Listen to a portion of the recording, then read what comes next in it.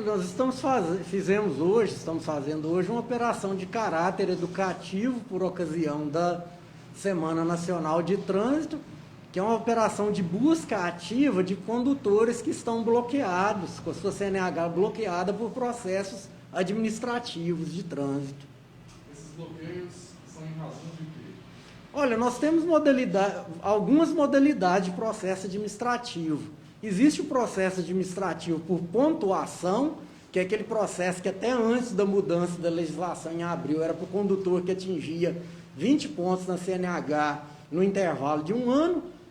Com essa mudança da lei atualmente, seria condutores aí que, dependendo da situação, ele pode tomar o processo com 20 pontos. Se não for condutor que exerce atividade remunerada e desde que tenha 2 infrações gravíssimas, se ele atingir 30 pontos e tiver uma gravíssima também. E o condutor que exerce atividade remunerada, independente da situação de ter infrações gravíssimas, ele só toma o processo de pontuação quando ele completa os 40 pontos no intervalo de um ano.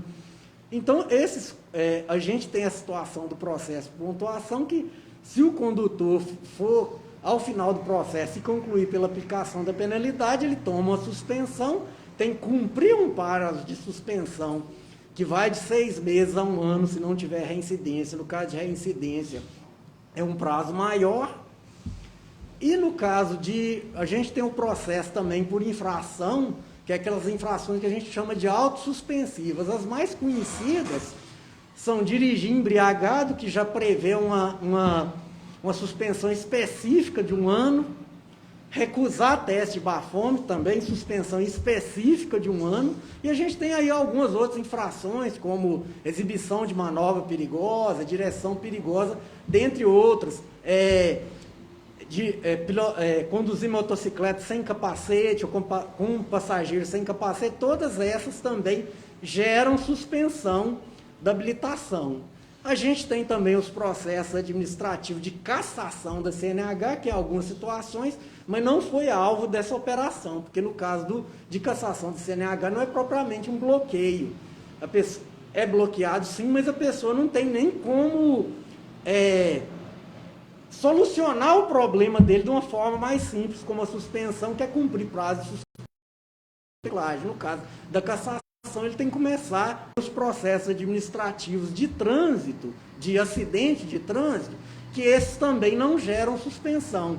Esses geram submissão do condutor a novos exames, quer dizer, aquele condutor tem que ser reavaliado, aquele condutor que se envolveu no acidente grave, ele tem que ser reavaliado para ver se ele tem condições de continuar dirigindo.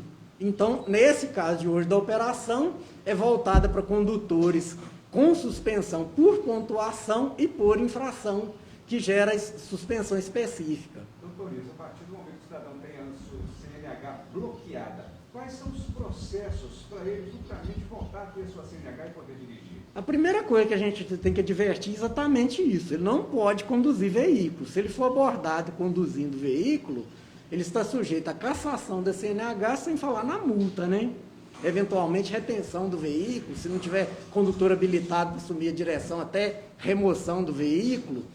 Mas caso ele esteja com a sua CNH bloqueada, ele tem que cumprir esse prazo de suspensão, fazer um curso de reciclagem e ser aprovado numa avaliação após esse curso de reciclagem.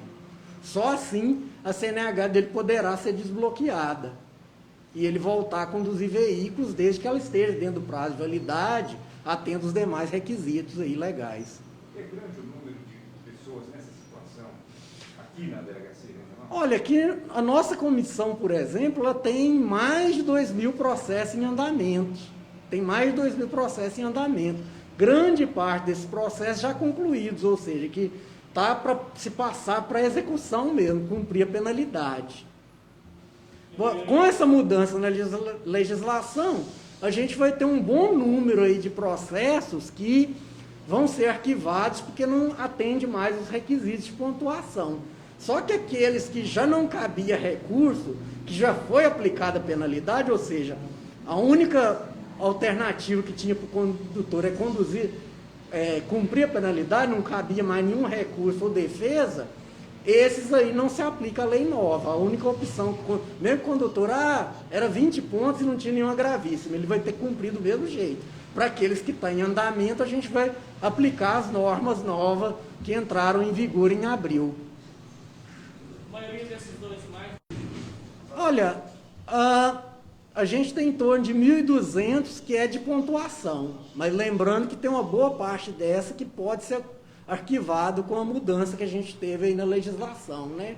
Em torno de 600, 800 é de infração específica, mas esse, assim, que ainda estão tramitando, ou tem coisa para executar, porque tem os mais antigos que ainda não eram eletrônicos, que já estão arquivados há mais tempo, né? Doutor Nilson, dessa Semana Nacional do Trânsito, de 18 a 25 de setembro, quais são as ações que a Polícia Civil está realizando no Estado de Minas Gerais, especificamente aqui?